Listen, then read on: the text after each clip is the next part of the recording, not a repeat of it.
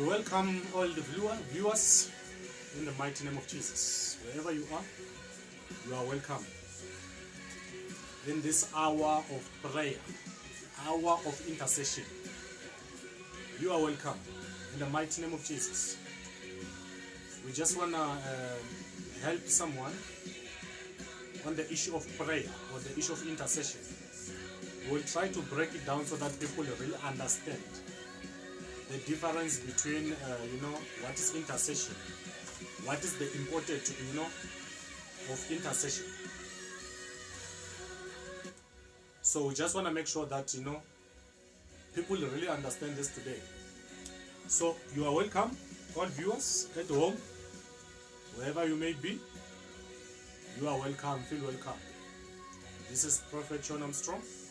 And one of the good days, we're going to be, praying for people. We're going to be really have one of the prophetic hour where we're just going to, go and do it and pray for people and prophesy to people. So, but today, we just want to go on the issue of intercession. So, we have seen in churches, in different places, people gathering saying that they are going for intercession. We have seen pastors arranging certain teams in churches to say you will go and pray before the service, or you will go pray during the service, whatever that it may be, if there's going to be a service or whatsoever. Say no, they say it's an intercession time. So each and every church, I believe that they do have that such, which maybe it is established by the pastor or the church board collectively, or whoever that it may be, or one of the elders. But in most cases, we see it even in different countries. You see that we have different people whom are assigned specifically to go out, and really intercede for the church. They will say, no, you need to go or to the mountain, whatever it may be. Even if there's no service, maybe they are planning something, they will assign a certain group to say you need to go and go out and intercede for us, intercede for the church. So, but we really haven't, I think, made it clear to people what is intercession and who's supposed to intercede. Who's supposed to intercede? Who's supposed to be an intercessor? Is it necessarily for a pastor to go and be an intercessor? Yet he's supposed to preach. Is it necessary for him to do that? It's questions that are there, because some other churches, as I've said, that there are pastors whom they will really have teams, which is a good thing, teams that will go ahead and pray for the church before the service could start, and the pastors won't be involved, because normally pastors they just want to preach, come and preach. So which is one of the good platforms or good thing that they're doing in the church, to have people who can intercede. But is this a job of anyone to go intercede, or is it something that worshippers they should intercede, or is it a certain job that is given to certain people? A pastor is not supposed to be part of this. So it's something that we really need to look at this and understand who is an intercessor, or what is intercession. So I normally have my diary on my phone. I downloaded it. It's an app. So whatever information I get, I normally put it down so that at least I also learn for myself. But now, intercession is an action, or is the action of intervening on behalf of someone or on behalf of another. That is intercession. We need to understand this. An intercession, it's when someone intervenes on behalf of another person. So you are intervening on someone. Like if you want to maybe there's something that you're supposed to be doing, then I come, I do it instead of you doing, like I'm doing something on behalf. You understand? You are intervening in a certain, maybe it does not matter what it is. The moment you intervene, on behalf of someone, they call it intercession. But in our Christian way, we call intercession a prayer. People, that's how they define intercession. They say that we are going to pray for the church. We are going to, whatever they may be praying for, we are going to pray for maybe a certain road, there are accidents, we need to go and intercede about it. So basically that's that. So we really need to understand this. And we're gonna really, go deeper to make sure that people understand who are supposed to intercede. Who are these people? So now let us understand this. Intercession is really part of prayer. It's prayer basically. But we have different types. You understand that we have prayer of thanksgiving, we have prayer of supplication, we have prayer of, we have thanksgiving. We also, we also have intercession. So basically intercession, which is like, it's part of the prayer. It's part of prayer. But it's set apart. Another type. It's another type of prayer. So it's not out of prayer, it's prayer, but this one is specifically intervening. You don't go there to ask God to say, I want money, I want prosperity, I want that. No, you are there to intervene on behalf. So if they say you are going to intercede for the church, you intervene on behalf of what? Of the church. We need to understand this. But now, let us go deeper. We understand that intercession is prayer. Yeah? We understand that intercession is also prayer, but a certain type of prayer. It's not the only way, it's not the only type to communicate with God. It's different. As we said, that thanksgiving, there's what worship, there's supplication. The one that you build yourself. The one that also you build yourself, it's also prayer. When you pray in tongues, you're also praying. So there's on that types of prayers, we also have what we call what? Intercession, which is what we are going to talk about it. So we need to understand that prayer is God-authorized system. Prayer, it's God's authorized system of communication and fellowship with Him. Prayer, it's an authorized system of communication and fellowship with Him. It's an authorized system. So if you want to communicate with God, there has to be something that you need to go to God. The way you go to God. How do you speak with God? How do you communicate with God? How do you commune with God? So we have prayer, one of it. That prayer is what? It's God's authorized system of communication and fellowship with Him. So the Bible makes it very clear that the communication of the Spirit or the fellowship of the Spirit must be at work to do business with Him at all times. And that is do what? It's through prayer. So prayer is one of the, of God's authorized systems, but not the only system. Not the only system. But this one is a major authorized system of communion and fellowship with whom? With God. So without the prayer, there is no communion. There is no fellowship. Because prayer is one of the major systems that God has put. One of the authorized systems to communicate. It's not the only one. Hear me. It's not the only one. There are many ways to talk with God. But this one is one of the major authorized systems to communicate or to commune and to fellowship with God. We really need to understand this. We really need to understand. That's why prayer is very important in a person's life. So without prayer, I don't know how do you get to communicate with God. How do you get to fellowship with Him? Because this one is one of the major systems, authorized system, that is put in place for a reason. The Bible tells us that Jesus, every time he would go to the mountain and pray for an hour. Before he could even start the ministry, he went where? To the wilderness. Led by what? The Bible says he was filled by the Spirit. And the Spirit led him to the wilderness to go and pray and fast for 40 days and 40 nights. But when he returned, he was no longer filled by what? By the Spirit. He came back in the power of the Spirit. But what? How did that happen? Through what? Through prayer. Through prayer. So we really need to understand this. We really need to understand this. There are some other, verses that we're going to really open so that people really understand. So without a prayer, meaning that you don't have a fellowship with Christ, you don't have a fellowship with God. The Bible says you ought to pray. When? Every day.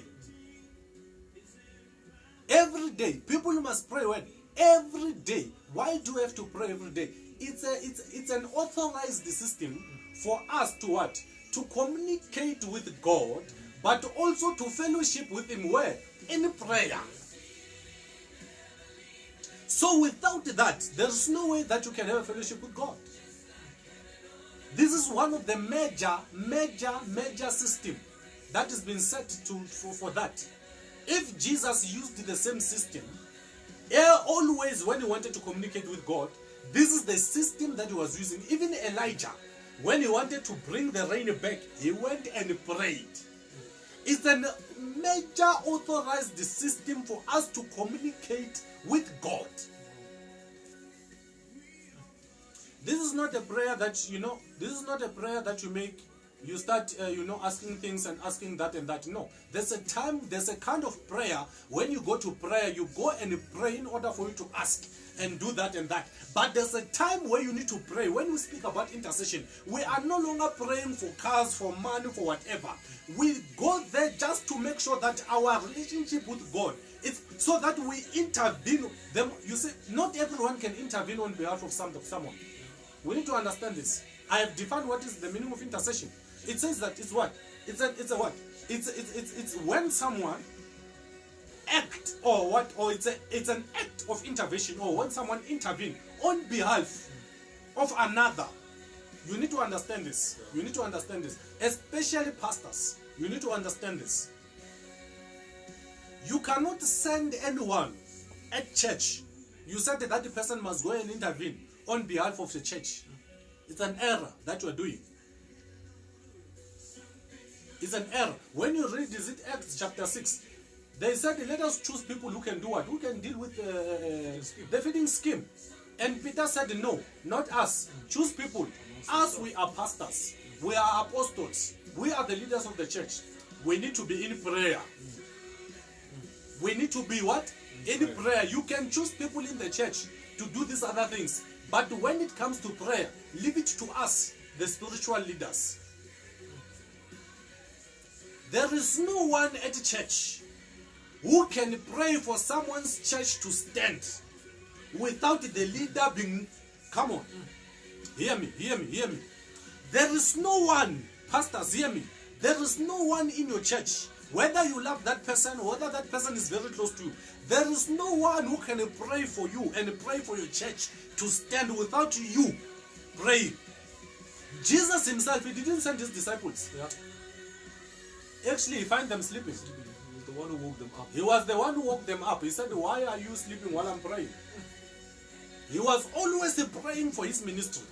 He was always there for his ministry. Now we see pastors getting small people who do not understand the spiritual things, and take them to church to pray for a bigger things that they don't even understand. To pray for a burden that they were not even... That the burden of leadership to lead a church, to lead that organization, is not given to the people that you are choosing. It's given to you as a pastor. It is your burden. It is your calling. It's something that you yourself, you need to do what? You need to carry. You need to go and pray for your church. Intervene on behalf. Intervene on behalf. Because you need to understand that the people that you are sending a church to go and say intercede, that the people tomorrow, they need you to pray for them. How can they pray for the church? How can they do that? If a church has an organization or a certain group of people that are praying for the church and the leader is not involved, that's an error. That church will not stand. Each and every church that ought to stand and continue standing, defeating all wickedness, all spiritual forces that are against the church, all demonic forces that wants to see the church falling. The pastor, the vision bearer, the one whom God said you must go and open that church, is the one who should be part of the intercession. Actually, he's the first man to pray before he could choose people to pray for the church. I hope you are understanding this. Hope you are understanding this. Intercession is not for small boys. We are speaking about demonic things here. Intercession is not for small boys. If you are going to intervene on someone, do you understand the meaning of intervention? If there are demons that are fighting the church, not anyone can go and pray for those demons. Because the same people that are going to pray, they also need a prayer for what? From the man of God who's leading the church. So the man of God is the rightful one to stand and do what? And pray for the church, whatever demonic forces that are there. He is the one who has been given that vision by God the Father. That's why Peter said, no, you can choose what? You can choose people to do the feeding scheme, not us. Yeah. Us, we are the leaders. We are the vision bearer. We are the one who are running this ministry here. We need to be in what? In a prayer. So, we have fivefold ministries. I understand about the fivefold ministry. It's what? It's apostolic, prophetic, evangelism, teachers and pastors. But I'm telling you, without intercession, there is no apostle without an intercession. There is no pastor without intercession. Basically, without a prayer, there is no man of God. Because even Jesus himself, before they call him a man of God, before they call him a prophet, he went into the mountain and fasted and prayed. So intercession or prayer is above your calling. I will repeat this. Intercession or prayer is above your calling. Your calling without a prayer is useless. Your calling without a prayer, you are dead. Your church without a prayer, there is no church. You without prayer, there is no man of God. You need to understand this. You need to understand this. It's one of the authorized system by God to fellowship and to communicate with him. So if you are not praying, who are you communicating with and how? It's a question. It's there. We need to put it clear. It's there. It's a question. If you are not prayerful and you are not praying and you call yourself a man of God, which system of authorization are you using that has been set by God for you to communicate with him and to fellowship with him? Because this is one of the major systems that even Jesus himself was using it to communicate with God. Every time when he wanted to communicate with God, this is a system that he was using. So I'm telling you, without a prayer, there's no calling. Your calling is nothing. Even the fivefold ministries, we don't speak about them. They are nothing compared to prayer. Prayer is a first calling.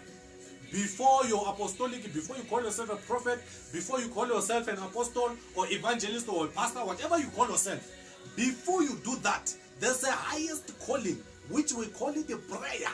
Hear me, everyone can preach. Anyone can preach, but not anyone can pray. If you can check today, we are in what? This is a season where there's an issue of corona. Most of the pastors, they are dead spiritually as I speak. Because they do not pray, they only go to church on Sunday. That's their only platform of prayer. At home, they don't know the issue of prayer. At home, they don't know the issue of intercession. Anyone can preach words and bombastic words, preaching in front of people. But when you tell them about prayer, they do not know prayer. Why? Because prayer is a sacrifice. They can go to Bible school and come back as a theologians with degrees, diplomas, whatever that you can mention, and open Bibles and do whatever they do and preach according to their knowledge, preach in large numbers. But when it comes to prayer, they cannot pray. You cannot call yourself a man of God who communicates with God without a prayer. We need to understand this. So intercession is to intervene on behalf. If for example, if there's a demon that is supposed to come and affect you, I come and intercede and I pray for that demon not to affect you. If you are supposed to be sick and there's a sickness that is still coming on your way, as I pray that whatever sickness that is coming your way may not reach you. That is what I'm intervening on behalf.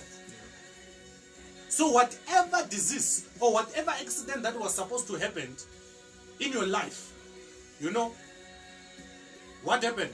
I intervene on behalf and I intercept it. I intercept whatever spirit that is supposed to hit you. And that is intercession. I've intervened on behalf. But not anyone can do that. How many people are fasting today? If you are still failing to conquer your stomach, how can you conquer a demon? I hope you understand this. Pastors, hear me. Pastors, leaders, if that person that is in the intercession team, and you are not part of the intercession team, even you yourself, if you are still failing to conquer your stomach, you cannot fast a day. You cannot fast for 2 days. You can't conquer your body, you cannot conquer your stomach. How will you conquer a demon? How will you be able to intercede for your church to stand? Because there are spiritual things that are coming to fight the church. The only person who can intercept it in the spirit, the only person who can intervene on behalf of the church, because a pastor is the one whom the church should come and what? Find covering under. If you, your church, you are sending people to, now they must intercept all the demons that are fighting the church. Where are you as a pastor? Where are you as a pastor? Are you hiding under those people's anointing, or those people they are supposed to hide under your anointing? It's vice versa now. People, they do not understand the issue of intercession. They think they can send anyone to intercede for them. No, it does not work like that. You yourself, you must stand and pray for whatever demon that wants to what? To suffocate the church, that wants to bring the church down. You as a pastor, you must stand and pray. Whatever demons that wants to suffer your people at church, you are the one. Those people, they are coming. They believe in you as a pastor. That whatever you pray for, whatever you preach, whatever you say, they will, they will receive from it. Now you want to receive from them. You are sending to them, say, go intercede for the church. That is nonsense. That is nonsense. That is nonsense. I want to show you something. That intercession is not for small boys. It's not for small boys. I want us to look at the book of Romans. Romans 8, 26, 27. You will see this. Intercession is not for anyone. It's the highest calling. It's higher than apostolic. It's higher than prophetic. It's higher than the evangelist. Higher than teachers. It's higher than pastors. It's very high. This is the highest calling. Prayer.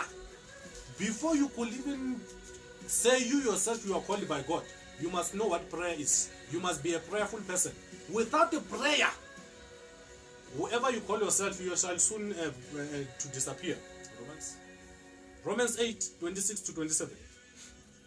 Romans 8 from verse 26 to 27. Yes. The Bible says, Likewise, the Spirit also helpeth yes our infirmities. Yes. For we know not yes what we should pray for as we ought. But the Spirit itself maketh intercession for us with groanings which cannot be uttered. Listen to this. Listen to this. The Spirit of God intercede for us. Are you understanding this? The Spirit of God, and the Spirit does not have a calling that is either prophetic or it's an apostolic whatsoever. There's no such. But the Spirit make intercession for us when we do not know what to pray for or to pray about. The Spirit itself, it comes and do what? And intercede for us. And you as a pastor, you want to go and send small boys. You say, go intercede for the church. Who are they to fight demons of the church? Who are they? Because you are the one who's called into that office. They are called. You are called in the prophetic. You are called in the apostolic. Do you think those people that you are sending are going to fight demons in that high dimension? That's why your church will die. Your church will run dry because you are still sending people to go intercede for the church. Where are you? The main one whom God called. Even Peter refused. He said no. He said no. We will go and pray. Check some other people here. Maybe in the... You see, when you read that book, they said even Stephen, he was chosen to be what? To be part of what? The feeding scheme. And the Bible said he was a man of what? Full of the Spirit. Full man who was walking in great power. But because he was not in the leadership, he can cast out demons, whatever. But because he was not on the leadership, what did they do? They said, no, stop. Go to the feeding scheme. Ask Peters, who are what? Who are called by God? Who are what? Who are the leaders of this church? We shall go and pray. Pastors, they want to be in the feeding scheme. They want to do braai each and every week. They want to eat each and every day. They're in the feeding scheme. They want to send the people who are not even the leaders of the church to go and fight the demons of the church. Those people, they must intervene on behalf of the church. It is a serious error. If the Spirit can stand, the Spirit is God, and intercede, who are we to call ourselves prophets, to call ourselves apostles without intercession? Who are we? Let us look at this. Let us look at Hebrews. I want to show you something. That intercession is not for small boys. Intercession is above your calling. It's above. It's above. Jesus himself went and prayed before he could even be called a man of God. He went and prayed. Hebrews 7. I want to show you something. Hebrews 7. Yes. Start from verse 23. Hebrews 7 from verse 23. Yes. The Bible says, and they truly were many priests. Yes. Because they were not suffered to continue by the reason of death. But this man, because he continueth ever, yes, has unchangeable priesthood. That is Jesus. Okay, continue. Therefore, he is able also to save them to the utmost or to the uttermost that come unto God by him, seeing ever liveth to make intercession for them. Listen to this. It's Jesus. The Bible says Jesus himself. He's making intercession. He's interceding for the saints in heaven, sitting at the right hand of the Father. What is the reason for him to intercede yet is in heaven? He's sitting with God, with the Father. God is here. Jesus is sitting here on the right hand with God. The Bible says so. He's seated on the right hand of the Father. But the Bible, when you read Hebrews, it says that he's making intercession for the saints. Jesus himself interceding for you. Whenever you pray, Jesus is interceding for you. He's intervening on your behalf. Come on. Intervening on what? On your behalf. He's there intervening on your behalf. There are demons that were supposed to kill you today, but Jesus intervened without you knowing, and you were asleep. You wake up healthy, not knowing what happened at night. What is it that was going to happen? Jesus intervened and fight demons that you are not aware of. You were supposed to be dead by now, having an accident. That accident didn't even happen. You didn't even see it. You didn't know about it. Jesus intervened on your behalf without you knowing. So who are we pastors to define prayer, to define intercession, to such a point that we can just send mere people to the church who say they must go intercede for the church? Who are we? It's because we think that the calling that we have, they are higher than the intercession team? No, I'm telling you, intercession is higher than what you think. It's more greater than your calling. If you call yourself an apostle or you call yourself a prophet, whatever you call yourself, without intercession you are nothing. Without a prayer you are nothing. If you have a team in your church that they will go and pray for the church, you need to understand, you say it's intercession, to intervene on behalf of the church. You, the one who started the church, whom God gave you a mandate that you need to go to start the church, you are not a part of them. I don't know, maybe you are in the feeding scheme. You are eating, you are drinking whatever that you want to drink. You want to come and to church before you preach, you even bab. You say, so excuse me. You are not serious about the things of God. It says the Spirit first, number one, the Spirit itself intercede for us. Secondly, Jesus is sitting on heaven. He's interceding for us. And Jesus said to what? He said, I'm leaving you with the Holy Spirit. The Holy Spirit is interceding for us. As pastors, we are the one now who should come before the church. Are you understanding the levels? Jesus is interceding, sitting with the Father. The Holy Spirit is interceding for us also. Now the pastor, they must come after the Holy Spirit and intercede for the church. Not the church intercede for the pastors. Who's supposed to pray for who? When people gather at churches, who do they expect to be, who's supposed to pray for them? It's the pastor. The pastor wants to pray for them, but he cannot intercede for them. Are you seeing the error? Jesus is interceding. The Holy Spirit is interceding. The pastor, he doesn't want to intercede. He sent to the church, go intercede. Your church will never fight your demons. Your church will never fight the demons that are affecting the church. The people that they are at church, they are under you. They depend on you. Your teachings, your prayers, they depend on that. You as a leader. You need to understand this. It's an error to find yourself sending people at church to pray for you. As a pastor, Jesus is interceding. The Holy Spirit is interceding. A pastor should what? Follow the Holy Spirit and intercede for the church. You are the one who should be fighting the demons of the people at church. You are the one who should be praying for people at church. Everyone, that's why people are coming to you as a pastor. Pray for us, pray for us, pray for us. You as a pastor, you don't go to them and say, hey church, please pray for me. You just want to lay hands, but you cannot pray. It's nonsense that what you are doing. We cannot hide this. Intercession is not for everyone. It's not for anyone at church. It's specifically the pastors who are saying that they are called. If you say you are a prophet, you say you are an apostle, start by prayer first, because the prayer is higher than your calling.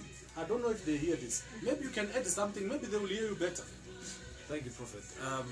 I think over the years, yes, and I love saying this statement because it's something that we've seen happening. It's something that we've literally became ignorant of. A man of God is sitting elsewhere, yet the church is praying. It's praying. The church is praying for the church. They are praying for themselves. Yes, they are praying for themselves. Why do they need you? Because they are the church. They are the church. Why do we need for them? themselves? If I know how to pray for myself, wow, why do I need you as a man of God? Because I'm coming there to be under your shelter. Yes. So whatever that was troubling me, you as a pastor, you must attack it first. Attack the demon. Yes, it's intervening, like you said. Yes, it's literally, if there's a man here who wants to shoot me, yes, I'm here. Yes. You as a pastor, yes, you come in between. You intervene. The bullet and me. Ash. So if I cannot, if I have to block my own bullets, why do I have to come to church? Why do I have to come to church? Paul in the book of Corinthians, after he talked about speaking in tongues, he said, I thank my God because I speak in tongues more than everyone combined. Yes, he's a leader. So if there were 5,000, wow, meaning was speaking in tongues more than them. He was more prayerful than the church. We don't know which prayer he was making, but it was specific that I was speaking in tongues more than you all combined. When you read the very same book of Timothy, it says that I exhort you all to bring in supplications, prayers, intercessions, and thanksgiving for all. It's other. It says it shows you that this prayer, it's not for certain people. It said for all who are in. For all, yes. So it means that it is a responsibility of someone to do what? To be in the gap and intervene on behalf of those people in the church. So if you call yourself a man of God, but yet you have a team of intercession that are praying for the church, we don't need you. And then you are not part of it. We don't need you. What prayers are we because making? Those people basically they are praying for themselves. We are praying for ourselves. So if I go there, you say, okay, you are part of the intercession team. Thank God. If you are not there, it means that I'm more anointed than you. Go home and sleep. Us will run the church. Because if Paul was specific to say, no, I pray that more than you all combined. What more of the men of God?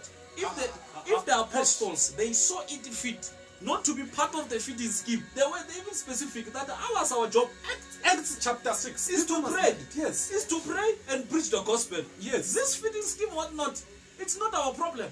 Leave it to Stephen. Yeah, choose someone amongst you who will deal with that. Us, we need to be praying for you.